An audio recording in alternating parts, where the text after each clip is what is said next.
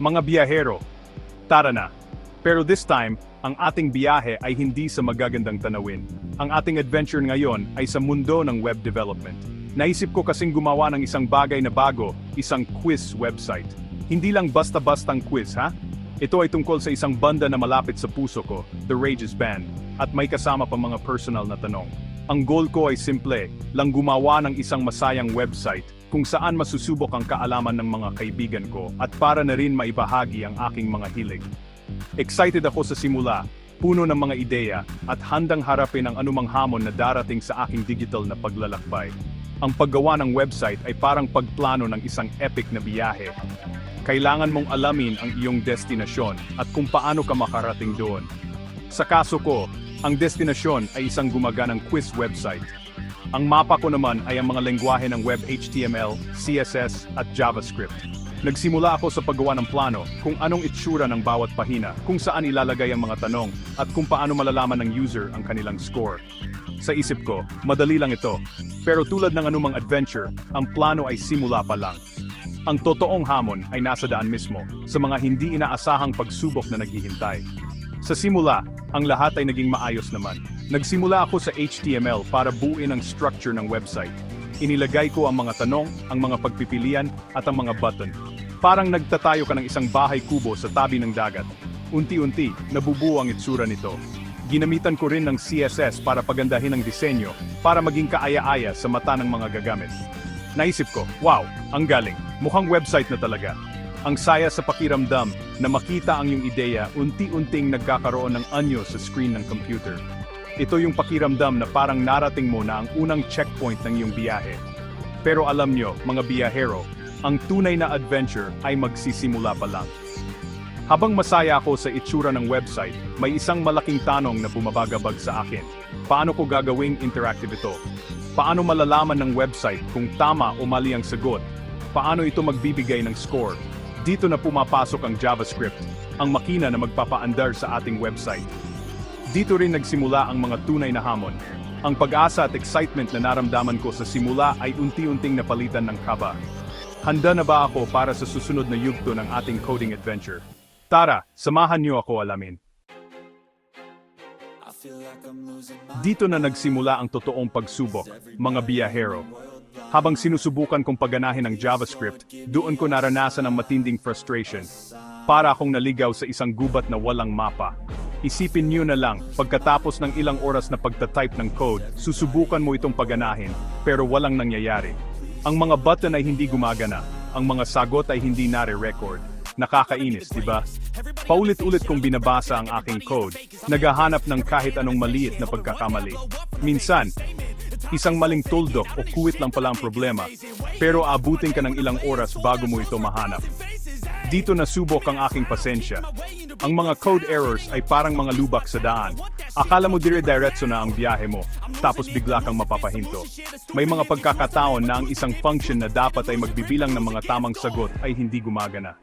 Sinubukan kong gumawa ng isang simpleng function para ipakita ang score sa dulo ng quiz, pero laging 0 ang lumalabas kahit tama naman ang mga sagot ko. Ang frustration ay lumalala sa bawat pag-click na walang nangyayari. Nagsimula akong magduda sa sarili ko. Kaya ko ba talaga ito? Tanong ko sa aking isipan. Ang excitement na naramdaman ko sa simula ay napalitan ng pagkadismaya. May isang gabi na halos sumuko na ako.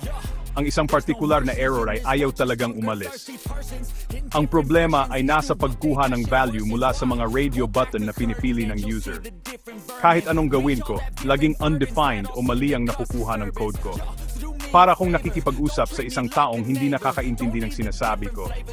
Halos ibato ko na ang laptop ko sa sobrang inis.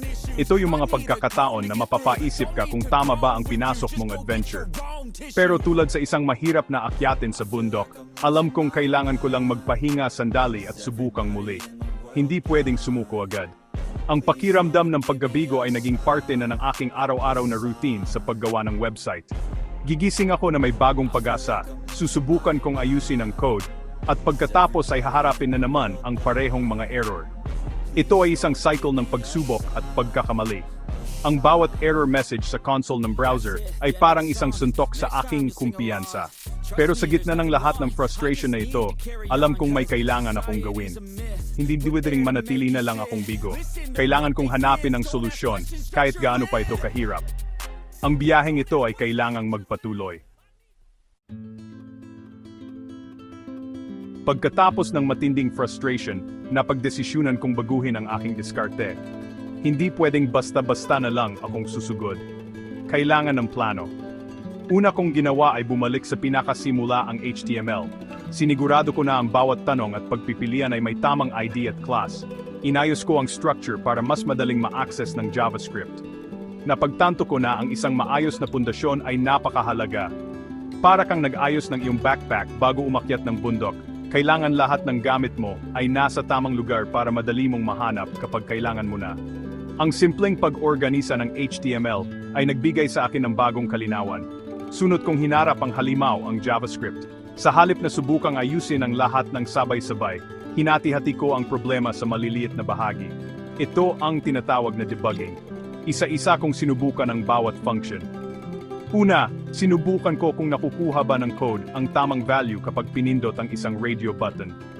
Ginamit ko ang console.log para makita kung ano talaga ang nangyayari sa likod ng code. Dito ko natuklasan ang mga maliit na pagkakamali, tulad ng maling pangalan ng variable o maling syntax. Dahan-dahan, parang nagkakailaw ang daan sa madilim na gubat. Nang maayos ko na ang pagkuha ng mga sagot, ang susunod na malaking hamon ay ang paggawa ng grading system. Dito ko naisip na kailangan ko ng isang mas organisadong paraan. Gumawa ako ng isang array na naglalaman ng mga tamang sagot. Pagkatapos, gumawa ako ng isang loop na magkukumpara sa sagot ng user laban sa array ng mga tamang sagot. Sa bawat tamang sagot, dadagdagan ko ng isa ang variable na score. Matapos ang ilang pagsubok at pag-ayos, sa wakas, gumana na ito. Ang pakiramdam ng makita ko ang tamang score na lumabas sa screen ay hindi may paliwanag.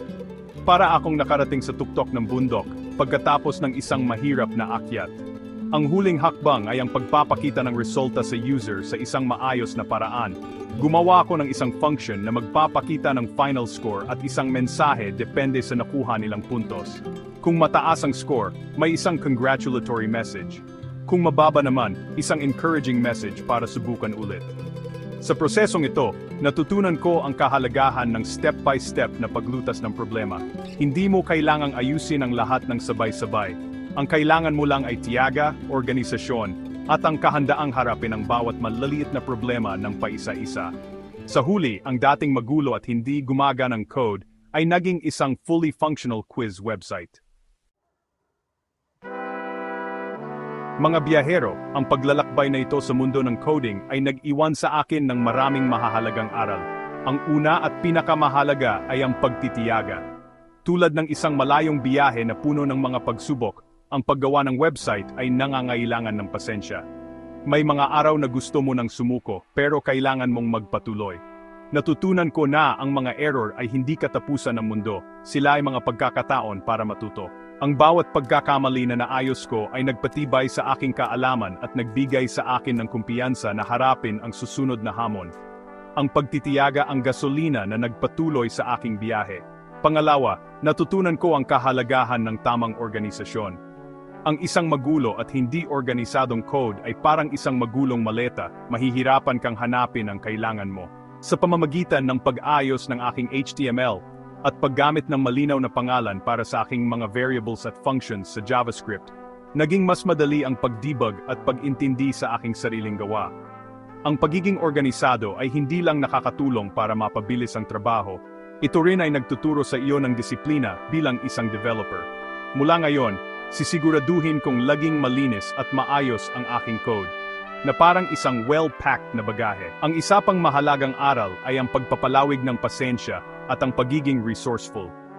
Natutunan ko na hindi masamang humingi ng tulong o maghanap ng sagot online. May mga pagkakataon na ang solusyon ay nasa isang forum o isang tutorial video lang pala. Dito rin pumapasok ang kahalagahan ng komunikasyon. Kahit na ako lang mag-isa ang gumagawa nito, ang pakikipag-usap sa aking sarili sa pamamagitan ng console ay isang paraan ng komunikasyon para maintindihan ko ang aking code. Ang paglutas ng problema ay hindi laging nangyayari sa isang iglap. Ito ay isang proseso ng pagtatanong, paghahanap at pagsubok. Sa huli, ang buong karanasang ito ay nagturo sa akin na ang mga hamon ay mahalagang bahagi ng pagkatuto. Ang bawat frustration, bawat error at bawat gabing walang tulog ay naging isang pagkakataon para ako ay mag-improve. Ang paggawa ng The Rages Band Quiz website ay higit pa sa isang technical na proyekto. Ito ay naging isang personal na paglalakbay. Ipinakita nito sa akin na sa pamamagitan ng tiyaga, organisasyon at determinasyon, kahit ang pinakamahirap na hamon ay kayang malampasan. Mga biyahero, anuman ang inyong biyahe sa buhay, tandaan nyo, huwag matakot sa mga pagsubok, dahil diyan tayo natututo at lumalago.